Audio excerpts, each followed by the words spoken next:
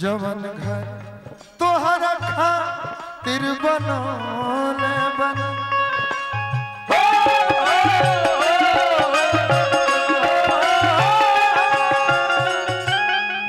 लड़का कहला से कैसे है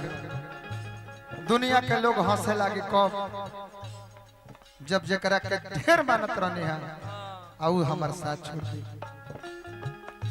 तोहरा से साथ जब छूटी दुनिया ता मजा लूटी हो तोहरा से साथ जब छूटी दुनिया ता मजा लूटी तू चल जइबू करके हमारा दिल के टूटी टूटी भइलू कहिया तना सयान शादी तय हो खेला जान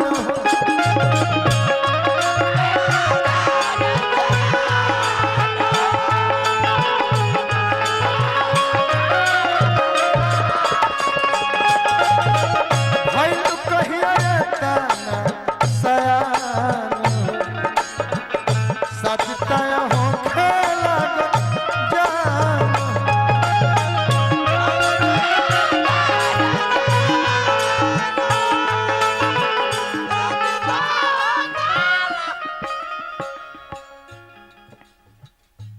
कबे से कहाँ रहने हैं राहुल तिवारी जी बरिसवन वो गांव के एगो अलग इतिहास है हम ई जानता नहीं राकेश भैया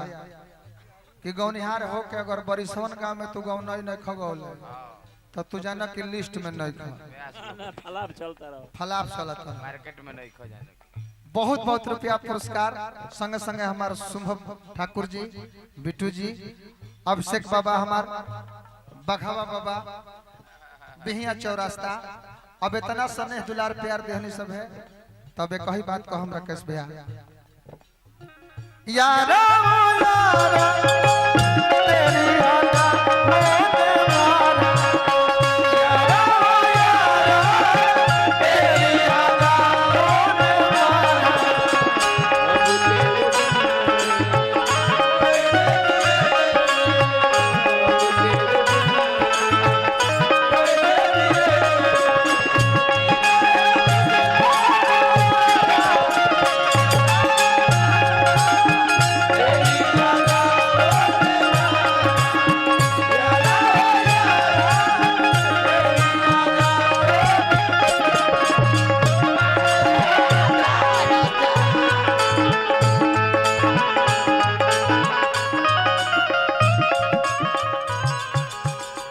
लड़का कल के सुना हो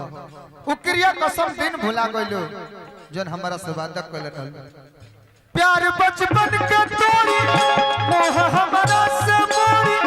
तू तो कहत रहल कि जब हमनी के जोड़ी कहत रहल कि कहत रहल कि हमनी के जोड़ी मन पर कोई अपन वादा भूल कैसे गइलू दादा प्यार हमरा से करत रहल हमरो से तू ज्यादा भइलू कहिया तना सयान शादी तय हो खेला जान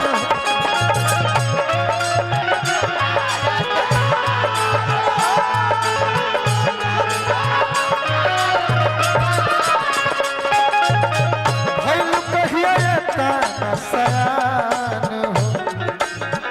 शादी तय हो खेला जान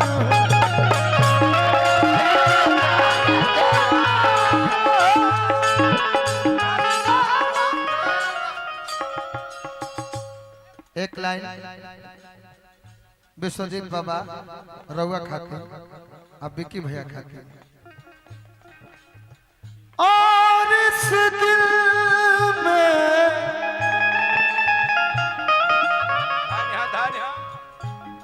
क्या रखा है और इस दिल में क्या रखा है तेरा ही नाम छिपा रखा है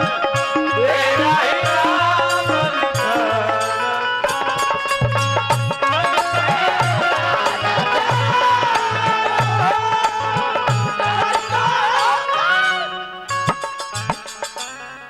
₹200 पुरस्कार हमरा के दे के चल गनी है नाम से तो हमने कह रही थी जनता विमलेश ठाकुर जी के छोट भाई धर्मेंद्र ठाकुर जी भाई ये पूरा राय परिवार के हम अभिनंदन करब जो ने तना मान सम्मान दुलार प्यार हमारा कमलबास कुंवर जी के भगिना है पुरस्कार दिल बानी गीत के आखिरी लाइन तड़प के मर जाए सच कुछ कर जाए अगर तू राजी हो जहां से लड़ जाए राजी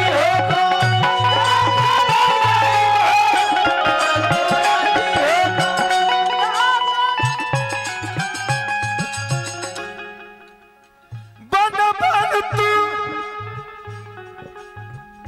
ते हमारे खाते बन बन हाफ पैंट बनल बा इनका खा इनका उठाओ मच्छदरी के भाई बन बन तू हमारे खाती प्रेम से प्यार करो प्रेम से प्यार करो तो हके बनल जीवन साथी भले ही भाग के करे के साथी मेरी है कमल से हाथी भैलू कहिए तना सया साथी तय हो खेला जान जय हो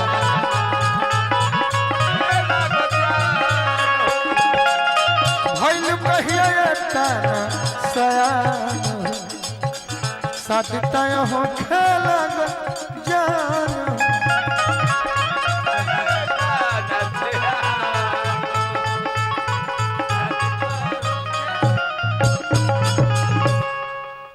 पुनः हमरा रमेश राय जी के माध्यम से पुरस्कार मिलल आ एगो विकी भैया हमार इच्छा बा एगो माला हम पहना के राकेश भैया